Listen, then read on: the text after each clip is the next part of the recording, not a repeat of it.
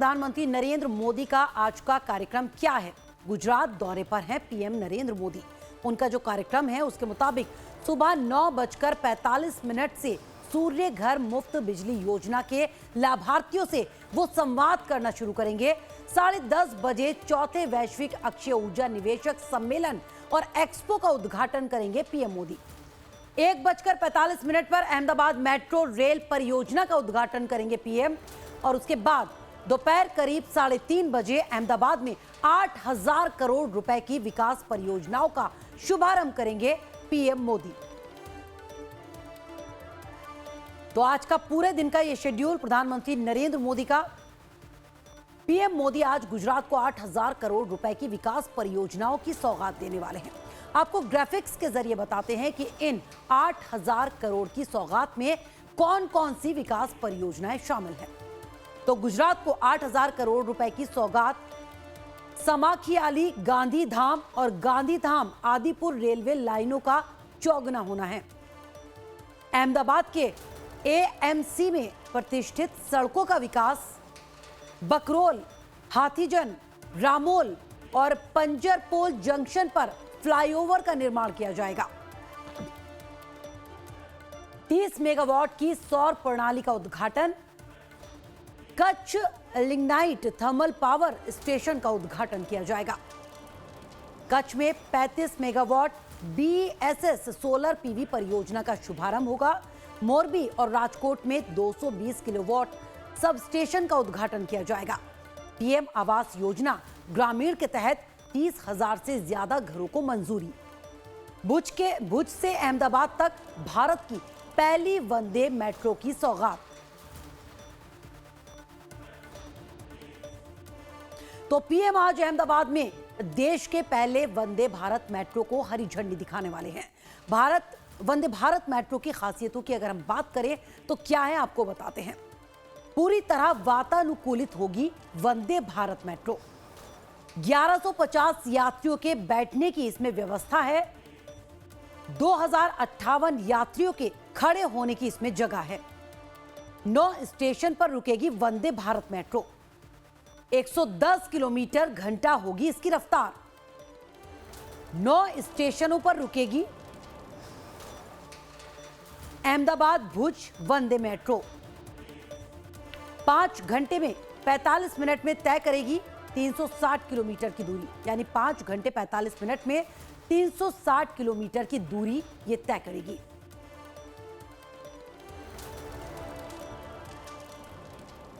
तो गुजरात में प्रदेश सरकार की तरफ से चलाई जा रही सूर्य गुजरात योजना का असर अब नजर आने लगा है। इस योजना के तहत राज्य में सोलर एनर्जी के उत्पादन को बढ़ावा दिया जा रहा है। इस योजना के तहत सोलर पैनल लगाने पर सब्सिडी भी दी जा रही है, जिससे घरेलू बिजली के खर्च में भी कमी आ रही है।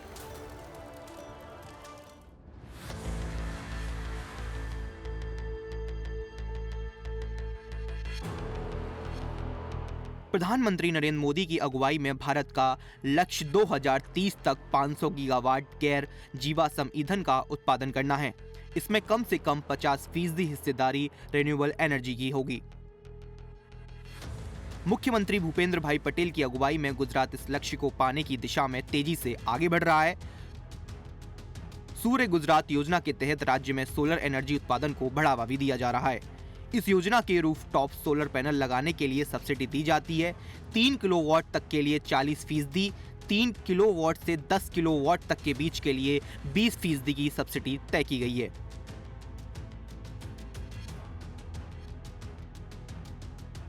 વડાપ્રધાનશ્રીના વિઝનથી રિન્યુએબલ એનર્જી સેક્ટરની ગતિને કારણે આજે ગુજરાત દેશમાં રિન્યુએબલ ઉર્જા ક્ષેત્રમાં અગ્રેસર બન્યું છે। ગુજરાત સોલર રૂફટોપ ઇન્સ્ટોલેશનમાં પણ દેશમાં ટોપ પર છે। सूर्य गुजरात योजना की कामयाबी अहमदाबाद सदरा गांव में देखने को मिल रही है। सदरा के रमेश शाह ने अपनी छत पर सोलर पैनल लगवाए हैं। नतीजा निकला कि उनके घरेलू बजट में काफी बचत हुई है। बिजली का खर्च कम हुआ है और जिंदगी काफी सुकूनदेह हो गई है।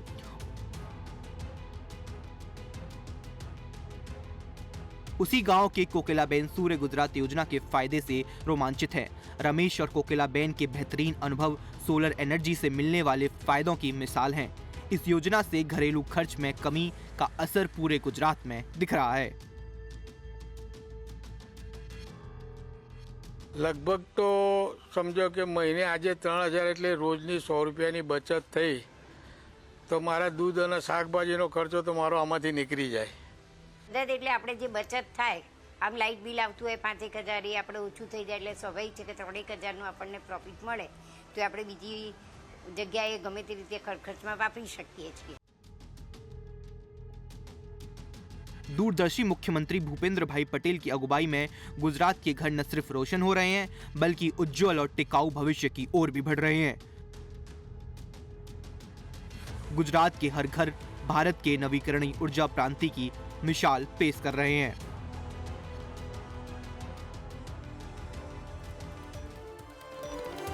और इस वक्त की बड़ी खबर, आज अमित शाह करेंगे जम्मू कश्मीर का दौरा। पार्टी प्रत्याशियों के लिए चुनावी प्रचार करते नजर आएंगे केंद्रीय गृह मंत्री अमित शाह। आज जम्मू कश्मीर के दौरे पर अमित शाह पार्टी प्रत्याशियों के लिए वोट मांगते नजर आएंगे। किश्तवाड़ और रामबन में करेंगे चुनावी जनसभा। श्री मचैल माता मंदिर में भी दर्शन करने के लिए जाएंगे गृह मंत्री अमित शाह। तो उनके दौरे को लेकर तैयारियां लगभग पूरी कर ली गई हैं। सुरक्षा के काफी पुख्ता इंतजाम किए गए हैं। आज किश्तवाड़ और रामबन में चुनावी जनसभाओं को संबोधित करेंगे केंद्रीय गृह मंत्री अमित शाह। आज जम्मू कश्मीर के दौरे पर वो जा रहे हैं। किश्तवाड़ और रामबन में पार्टी प्रत्याशियों के लिए वोट मांगते नजर आएंगे अमित शाह। साथ ही साथ श्री मचैल माता मंदिर में दर्शन करने के लिए भी वो पहुंचेंगे।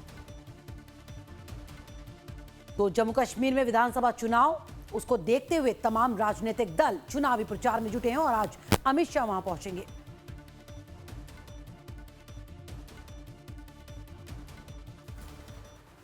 तो अमित शाह एक बार फिर जम्मू कश्मीर जा रहे हैं। पहले चरण का चुनावी प्रचार थमने से पहले किश्तवाड़ और रामबन में जनता को साधने की कोशिश करेंगे। ऐसे में सबसे पहले आपको यह बताते हैं कि किश्तवाड़ का चुनावी इतिहास आखिर क्या कहता है। तो किश्तवाड़ के चुनावी इतिहास पर अगर नजर डालें तो बीजेपी की अगर हम बात करें तो 2014 में बीजेपी के उम्मीदवार थे सुनील शर्मा, जो जीत गए थे 28,054 वोटों से। जबकि जेकेएन की अगर हम बात करें तो सज्जाद अहमद उनके उम्मीदवार थे। हार का सामना करना पड़ा 25,202 वोटों से। 2008 के चुनाव की अगर हम बात करें तो जेकेएन सज्जाद अहमद जीते थे 19,248 वोटों के साथ।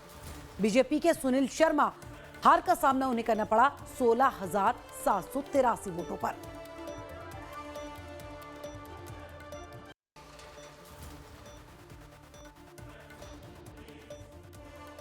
तो किश्तवाड़ के बाद अगर रामबन के चुनावी इतिहास की हम बात करें तो वो क्या है, आपको वो भी समझाने की कोशिश करते हैं।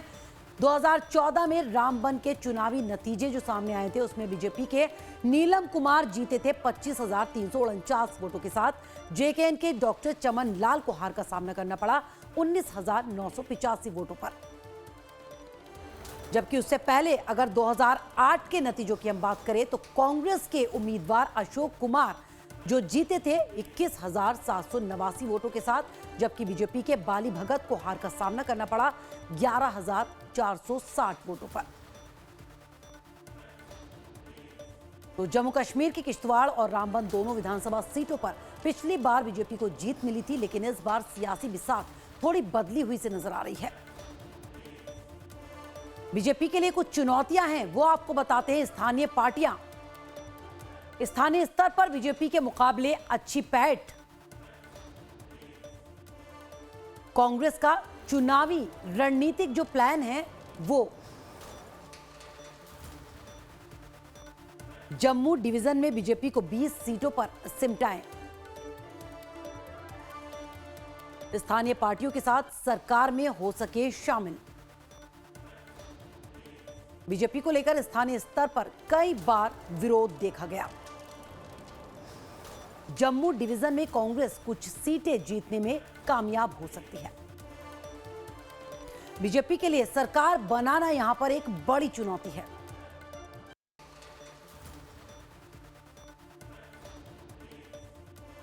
तो अब आपको बताते हैं कि इस बार बीजेपी किन किन मुद्दों के साथ जम्मू कश्मीर में अपनी दावेदारी ठोक रही है।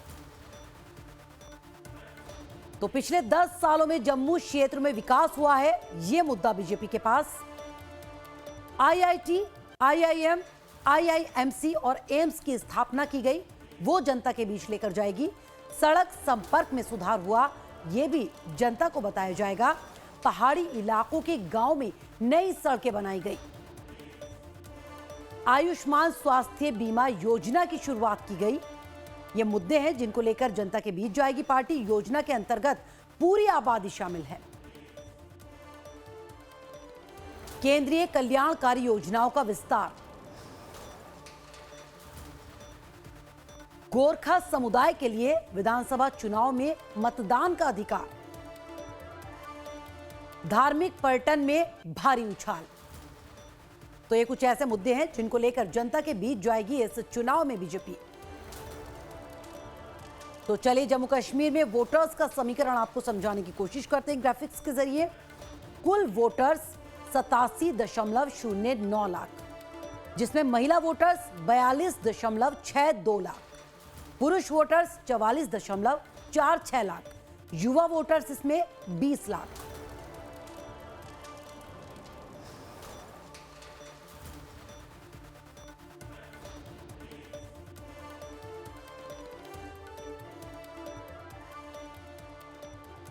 तो जम्मू कश्मीर में आज अमित शाह के चुनावी प्रचार के साथ ही पहले चरण के लिए आदर्श आचार संहिता भी लागू हो जाएगी। तो चलिए बताते हैं कि जम्मू कश्मीर में कब कब और कितने चरण में मतदान होने हैं। 25 नवंबर मंगलवार को 15 सीटों पर वोटिंग होगी। तो 5 फेज में यहां पर चुनाव हो रहे हैं। 2014 की हम बात कर रहे हैं जब 5 फेज में वोटिंग कराई गई।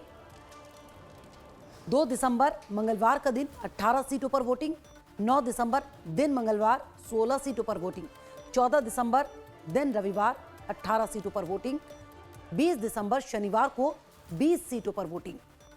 तो विधानसभा चुनाव 2014 जब 5 फेज में यहां पर चुनाव कराए गए थे।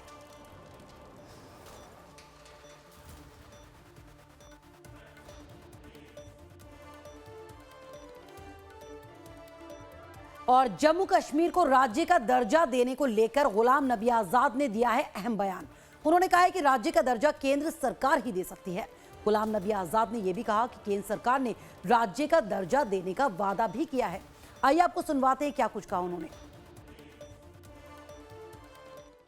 स्टेटहुड तो सेंटर के हाथ में है और मुझे पूरी उम्मीद है कि गवर्नमेंट ऑफ इंडिया ने जो मुझे प्रॉमिस, जब मैं लीडर पोजीशन था और मैंने 5-6 तकरीरें की थी और मेरी यही मांग थी 370 और स्टेटहुड। 370 तो उन्होंने मना किया पार्लियामेंट में ही, लेकिन स्टेटहुड उन्होंने इकरार किया हम देंगे और मुझे उसको ये बार बार दोहराते हैं।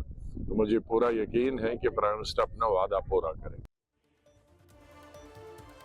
इधर अमित शाह के जम्मू कश्मीर दौरे से पहले कांग्रेस नेता कन्हैया कुमार का बयान सामने आया है। उन्होंने बीजेपी पर निशाना साधते हुए कहा कि पहले बीजेपी जम्मू कश्मीर से आर्टिकल 370 हटाती है और फिर इस चुनावी मुद्दे के तौर पर इसका इस्तेमाल करती है।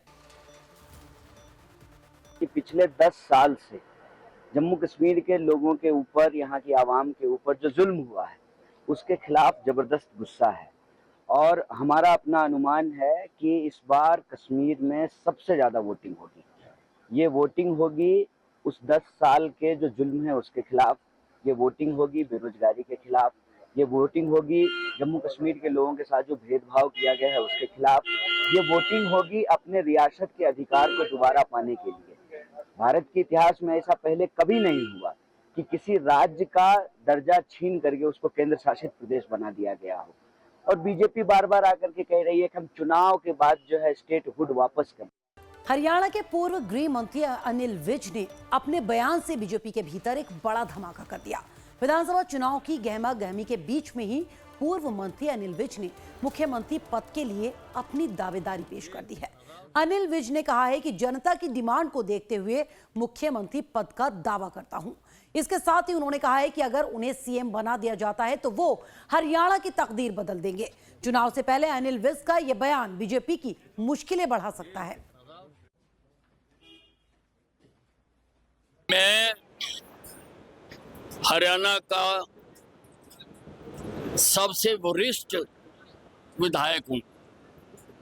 6 बार मैं एमएलए बन चुका हूं और 7वीं बार मैं चुनाव लड़ रहा हूं। मैंने आज तक पार्टी से कुछ नहीं मांगा है, लेकिन इस बार क्योंकि मेरे ऊपर हरियाणा की जनता का, मेरे शहर की जनता का बहुत दबाव बन रहा है, इसलिए इस बार मैं मुख्यमंत्री पद का दावा करूंगा। बनाना ना बनाना हाई कमांड के हाथ में है, लेकिन अगर मुझे बना दिया, मैं दावे के साथ कहता हूं कि मैं हरियाणा की तकदीर बदल दूंगा, मैं हरियाणा की तस्वीर बदल दूंगा। कम से कम 2014 के बाद से बीजेपी के भीतर ये कल्चर देखा नहीं गया जो आज अनिल विज की तरफ से दिखाया गया है। पार्टी की ऑफिशियल लाइन से अलग जाकर उन्होंने सीएम पद पर दावेदारी ठोक दी है, लेकिन पार्टी ने भी उन्हें दो टूक समझाने में देर नहीं की, क्योंकि पार्टी ऐन चुनाव के बीच असमंजस जैसी कोई स्थिति नहीं चाहती है। इसलिए कल विज के बयान के कुछ ही घंटों के भीतर हरियाणा के प्रभारी धर्मेंद्र प्रधान ने साफ कर दिया कि पार्टी की तरफ से सीएम का चेहरा तो नायब सिंह सैनी ही है।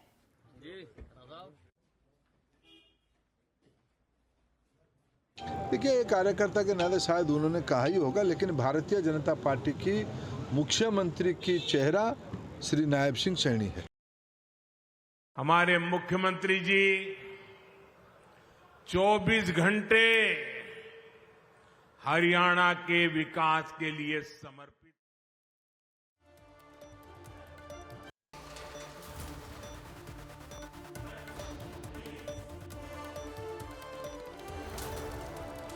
तो अनिल विज के बयान की टाइमिंग पर अगर गौर करेंगे तो उनके बागी तेवर का अंदाजा लगाना मुश्किल नहीं, क्योंकि उनका यह बयान ठीक उस वक्त आया है जब एक दिन पहले ही पीएम मोदी ने कुरुक्षेत्र की रैली में सीएम नायब सिंह सैनी की जमकर तारीफ की थी। पीएम मोदी ने नायब सिंह सैनी के बारे में कहा था कि बहुत कम समय में इन्होंने अपनी अलग पहचान बना ली है। पीएम मोदी ने यह भी कहा था कि जब कोई सीएम नायब सिंह सैनी की प्रशंसा करता है तो उन्हें बहुत खुशी मिलती है। सुनिए। हमारे मुख्यमंत्री जी 24 घंटे हरियाणा के विकास के लिए समर्पित रहते हैं।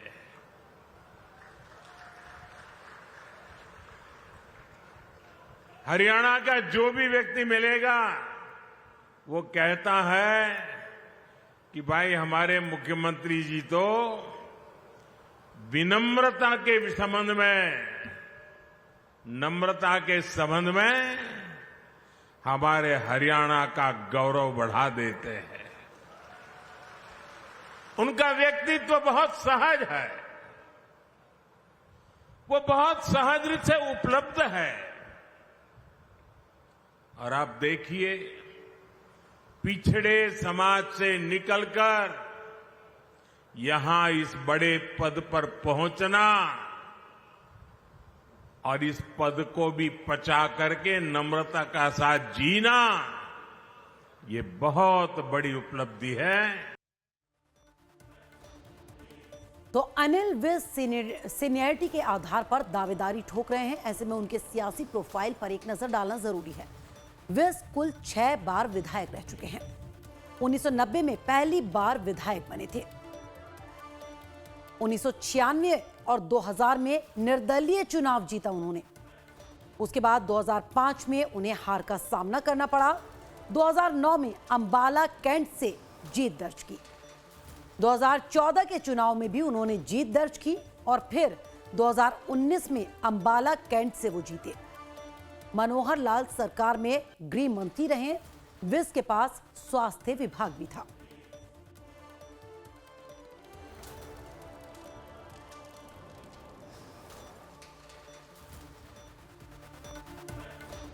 लेकिन इसके बाद मौजूदा सीएम नायब सिंह सैनी के भी प्रोफाइल को देखना जरूरी हो जाता है। चलिए समझाते हैं आपको ग्राफिक्स के जरिए। करनाल से मौजूदा विधायक है नायब सिंह सैनी। 2014 में पहली बार वो विधायक बने। 2016 में हरियाणा सरकार में राज्य मंत्री बने। 2019 में कुरुक्षेत्र से सांसद चुने गए। 2023 में बीजेपी प्रदेश अध्यक्ष बने और मार्च 2024 में मुख्यमंत्री बनाए गए।